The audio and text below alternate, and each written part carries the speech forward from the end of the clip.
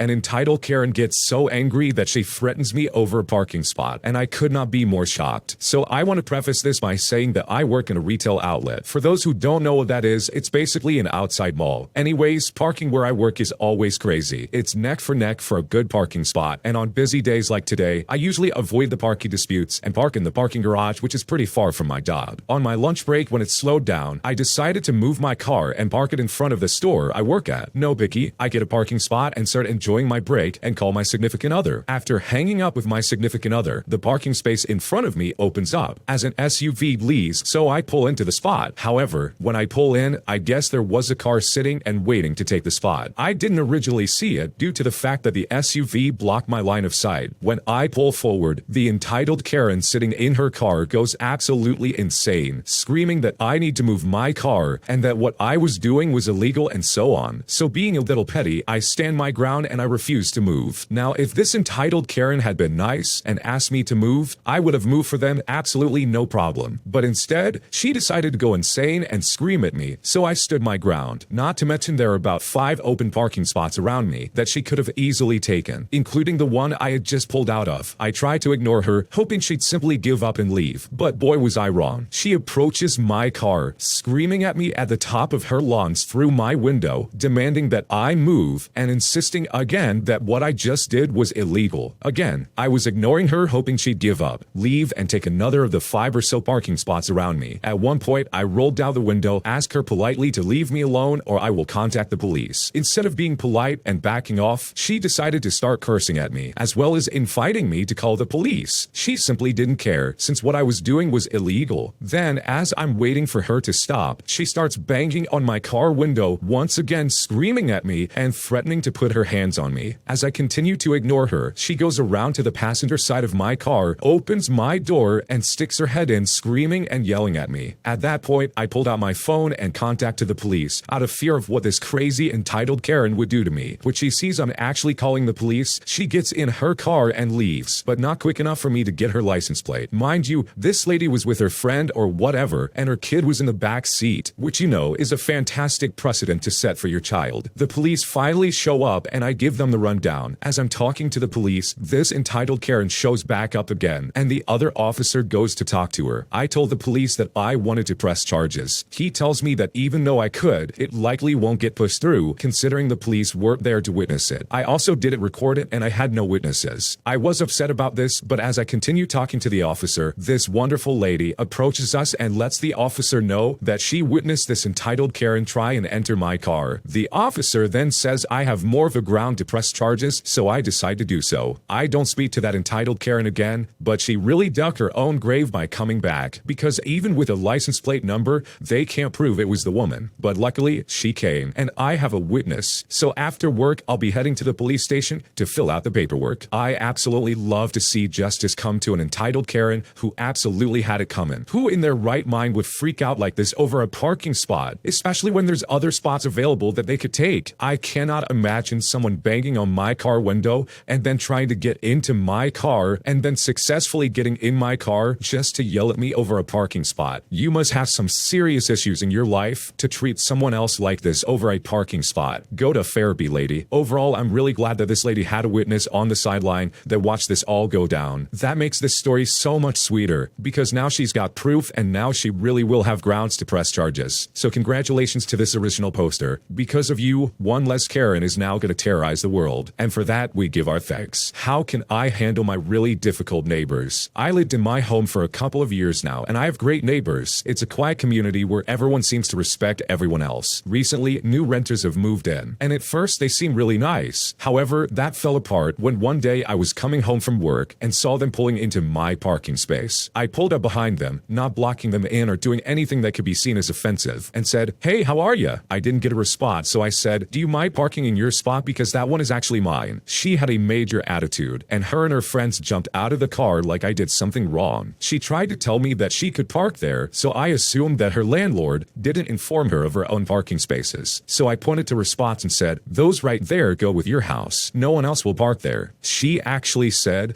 "I'll move this one time, but I won't move again." I informed the HOA because I had a feeling that this would be an ongoing issue. The HOA said they would inform them. Ever since then, she hasn't spoken to me and has parked in my spot several other times. Each time I've reported it to the HOA. Now, whenever she sees me, she makes a point to say something nasty and rude to the people that she is with. And tonight, I heard a racial slur. On a personal level, I'm very easy to get along with, but if she parks in my space, I have nowhere else to park without causing the same problem for another neighbor. And worst of all, each time, both of her parking spaces have been completely open. I'm truly not trying to be difficult or petty, but my spaces are included in the deed and are literally my own spaces. How can I peacefully handle this situation? I'm not trying to have any issues with the neighbors, but it seems that she is doing this on purpose. What should I do? I want to say first and foremost, yes, they are absolutely doing this on purpose. They're being nasty because you called them out on it, and I guarantee you that this lady is the same type of person who has never been told no about anything in their life. You've informed the HOA, you've told them verbally, hey, you can't park in my spot, but guess what? They're still doing it. So, in my opinion, if I was you, the next time I see their car parked in my spot, I'm calling a tow truck and I'm having it moved. You have a distinct claim over that parking spot specifically, and they do not deserve to sit there and park their car. You've tried to be polite, but they've escalated this after they made some terrible comments about you. So in my opinion, let's take this to another level, and I can't think of a better way for this to be escalated than getting her car towed away from your space. Another option is to try and record every situation in which she parks her car in your spot and then send these complaints every single time to the landlord. Record everything you can, whether video or audio, and any interactions you have with her, even just from a distance, record that lady at all costs. There's a very good chance if you record all of this stuff, you might be able to get her evicted, or at the very least have some kind of defense if she tries to escalate this further, as proof that this lady has been targeting you specifically. There's a good chance that you're not the only one being treated like garbage by this lady, and there might be a good chance that the landlord has already gotten complaints from other tenants. So they're probably just looking for a good excuse to get them out of there, and you might be the very person to help them do it. So record everything, and don't let a single detail get past you, because pretty soon, if you do this enough, you might find yourself with better neighbors. I am having a hard time coping with my boyfriend's poor time management, and I'm honestly not sure what to do. I've been dating this guy for around 9 months, and he has very poor planning, and he is very forgetful in general when it comes to everything. He is one of the worst people I've ever met about being on time. He is rarely on time, and I mean more than 30 minutes late consistently, and there's always a new excuse each and every time. He also forgets about our dates. In April, he completely forgot about our date that we planned the day prior. Last week, he made plans with someone else and went to bed, and forgot again. I was hurt, but I let it slide after he apologized. The last straw was a couple of days ago, where we said we would go out together at noon. I got all dressed up and everything, then texted him asking if he was ready, and I got nothing in response. At 3 in the afternoon, I got a text message telling me that he just got up and that now he's ready, as if I was just patiently waiting there for him for 3 hours on my one day off. Needless to say, I felt disrespected and incredibly frustrated. I told him I didn't want to go anymore. He sent me more messages like, I miss you, which I honestly just didn't even bother opening. He just doesn't act like it's a big deal and it's whatever. When I talked to him asking him why he left me waiting, all he could say was, oh, I'm so sorry. And that's it. He hardly ever calls me or visits me. We only talk once or twice a month. So that honestly makes him blowing me off even worse. It takes him an entire day to respond to my messages, and it honestly seems to be getting worse with time. And I feel if he continues, I'm going to get resentful. It makes me feel like I'm the only one putting in any effort. I'm kinda old-fashioned, but I was raised to view being punctual as very important, and being on time is a matter of pride. Like if I say 10 o'clock, I will be there at 9:45, as long as there are no emergencies. I find being late very embarrassing and shameful, and forgetting about your significant other when you made plans is just really hard to understand for me. Are we just too different? What should I do? It is completely inappropriate for him to leave you waiting for 3 hours just for you to go out on a date. You both made plans, you both said, hey, we're gonna be here at this time, and then he completely goes back on it and betrays that trust and completely forgets. In my opinion, there's really no good excuse at this point. And in my opinion, time management is a big deal when it comes to relationships. I'm sure he's probably lovely around you and he's very loving and kind and probably meets your needs in a lot of ways. But if he is not reliable and dependable when it counts, how on earth could you imagine making this work? I just don't see a good future if this guy is going to continue to act like this. But even worst of all, it seems like he can make plans with his friends, but he can't make concrete plans with, his girlfriend, which in my opinion is just completely inappropriate. That's the one person you really do need to put first and say, hey, I'm going to prioritize my plans with her and make sure that I get there on time. If I was in your shoes, I would make it very clear to my boyfriend that, hey, you need to change because this is putting a strain on our relationship, because I do not think it's unreasonable reasonable for you to expect him to be on time and to consider your time as well. My boyfriend needs space after a huge argument, but still wants to keep in contact daily. So my partner and I have been seeing each other for nearly a year. My partner's 31 years old and I'm a 30-year-old female. Long story short, we've gone into a series of arguments in the last month due to our struggles communicating. We both played a role in the miscommunications, but it hit a tipping point where I blew up and said some things that really hurt him. I didn't call him rude things or say things intentionally to hurt him. I was just feeling insecure and questioning his love and care for me, as he's not a very communicative guy. We've had several conversations since then, and are finally at a point where we're able to calmly talk about our feelings, needs, and boundaries, all without falling into the cycle of blaming each other. The problem now is that because of the hurtful things I said, he says he needs a lot of space to process everything and decide if he can move forward. But he said he still wants to talk and text each other and wants to hang out still, but as friends, he has texted me at least once a day, every day in the last 3 weeks since our huge argument. He asks how I am, what I have planned, and all these other things. My question is, what do I do with this? We've both acknowledged our roles in our last conversation, and I have apologized to him multiple times for the things I've said and explained the root of my words. I talked to him about the steps I've been taking to make sure I never behave like that again, but he is still on the fence on if he can trust that this cycle won't happen again. We're both in therapy, and this incident has shown me I need to further improve my communication skills and work on continuing to improve myself. What do I do now? How do I navigate this? I'm torn between setting boundaries and cutting contact until he makes his decision to either end our relationship or start fresh together and move forward, or giving him space while still showing him my support and commitment to him, fixing our issues and doing better. I am 1000% certain I will never behave that way ever again. I miss him and I love him very much, beyond words that I could describe. Now that we've laid everything out in the open, I'm sure we have a fighting chance to rebuild our relationship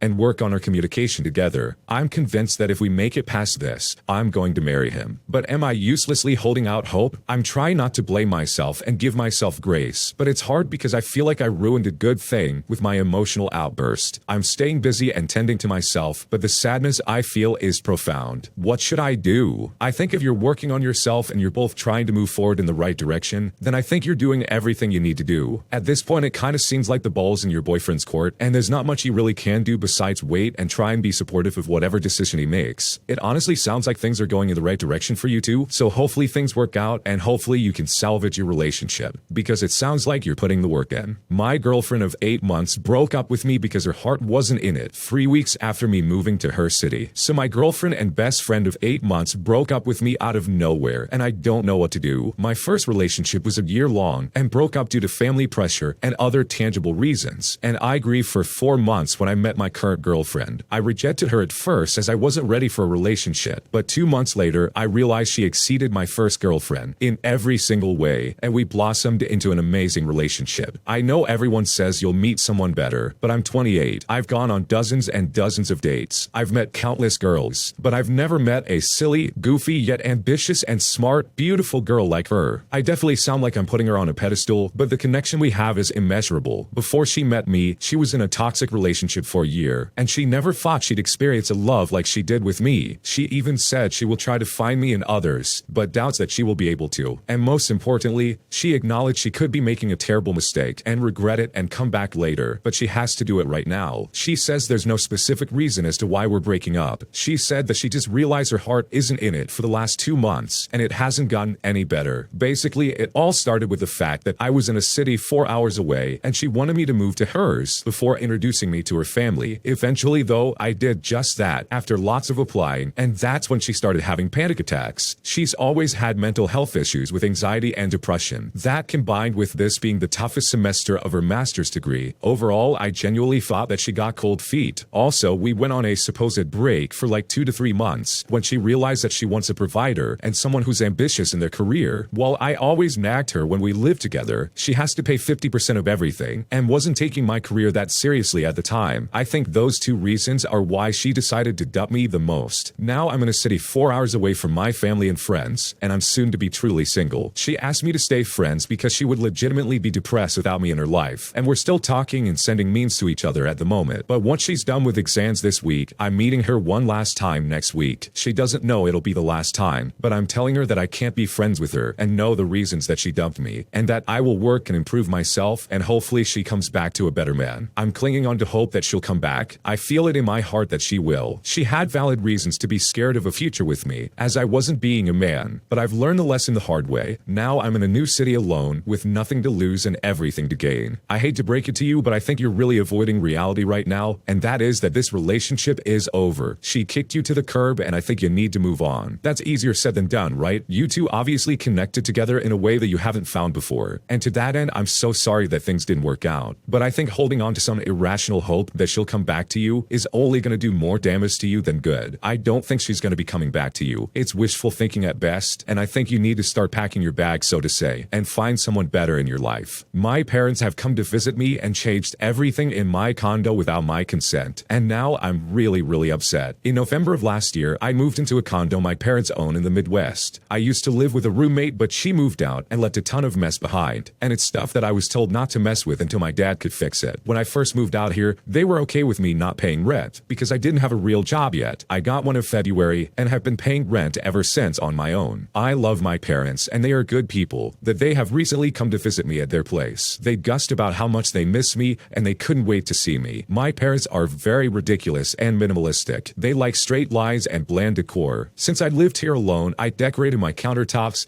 added colors and lights, all very tasteful. I went ahead and cleaned all Saturday, even though I knew it would never live up to their standards of cleanliness. When they walked through the door, there were barely any greetings, and their faces immediately fell. The blinds weren't wiped down, the shelves had dust on them, and I used Windex instead of granite cleaner on the table. There was no happy rekindling because everything was wrong from the moment they stepped through the door. I know this is their place, and they have every right to feel and do as they please. They moved all my plants, replaced my pillows, rearranged my furniture, and threw away my decorations. And my mom wants to rearrange my closet. I know they're just trying to help, but it's draining me. I didn't ask them to do any of these things. I just wanted them to come by and just be with me. They claim they are doing this for me and want to make sure I'm set up before they leave to go back home. But I was okay before they came by. To add to this, my mom polices everything I eat. I had a cheat day and ordered Papa John's and got a cookie cake, and my mom tried to take it from me in front of me and told me I'd lose more weight if I didn't eat so much on the weekends. I diet 5 days a week and stay away from carbs. Her controlling nature and my dad being equally ridiculous has been taking a toll on my mental and emotional health. I never wanted anything to change. I work from home and barely have enough energy for output. When I apologize, they'll say,